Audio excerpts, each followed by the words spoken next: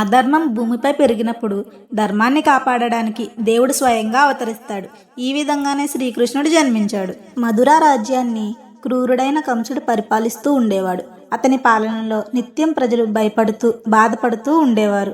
ఒకరోజు తన చెల్లెలైన దేవకికి వసుదేవునితో వివాహం చేసిన తర్వాత రథంపై ఊరేగిస్తుండగా ఆకాశవాణి వినిపించింది.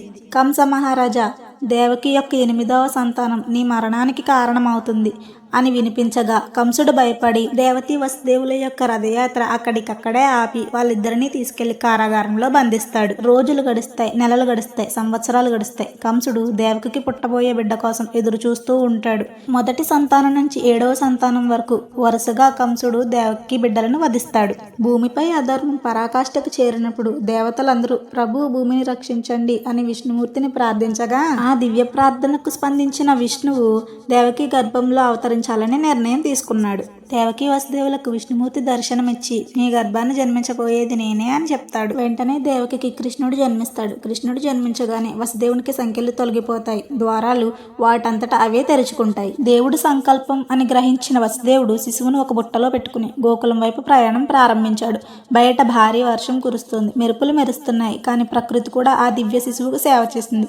ఆదిశేషుడు తన పడగలను విప్పి వర్షం నుండి రక్షించాడు. ఉప్పొంగి ప్రవహిస్తున్న యమునా నది కూడా వసుదేవుడిని దాటనిచ్చింది. ఆ విధంగా కృష్ణుడిని తీసుకుని వసుదేవుడు గోకులానికి చేరుకున్నాడు. వసుదేవుడు యశోద ఇంటికి చేరుకున్నాడు. యశోద తనకు పుట్టిన శిశువుతో గాఢ నిద్రలో ఉంది. వసుదేవుడు శ్రీకృష్ణుడిని యశోద పక్కన పడుకోబెట్టి అక్కడ ఉన్న ఆడ శిశువుని తీసుకుని తిరిగి కారాగారానికి బయలుదేరాడు. కంసుడు ఆ శిశువును సంహరించేందుకు ప్రయత్నించగా ఆమె దివ్యశక్తిగా మారి ఆకాశంలో ప్రత్యక్షమై నీ వినాశనం సమీపంలోనే ఉంది అని హెచ్చరించింది. అలా ప్రపంచాన్ని అధర్మం నుండి రక్షించేందుకు, ధర్మాన్ని స్థాపించేందుకు శ్రీకృష్ణుడు భూమిపై అవతరించాడు. ఇది ఒక సాధారణ జననం కాదు, ఇది ధర్మానికి ఆరంభం, సత్యానికి విజయ గడియ. సో ఫ్రెండ్స్, ఇది శ్రీకృష్ణుడి జననం. ఈ వీడియో మీకు నచ్చినట్లయితే లైక్ చేసి సబ్స్క్రైబ్ చేసుకోండి.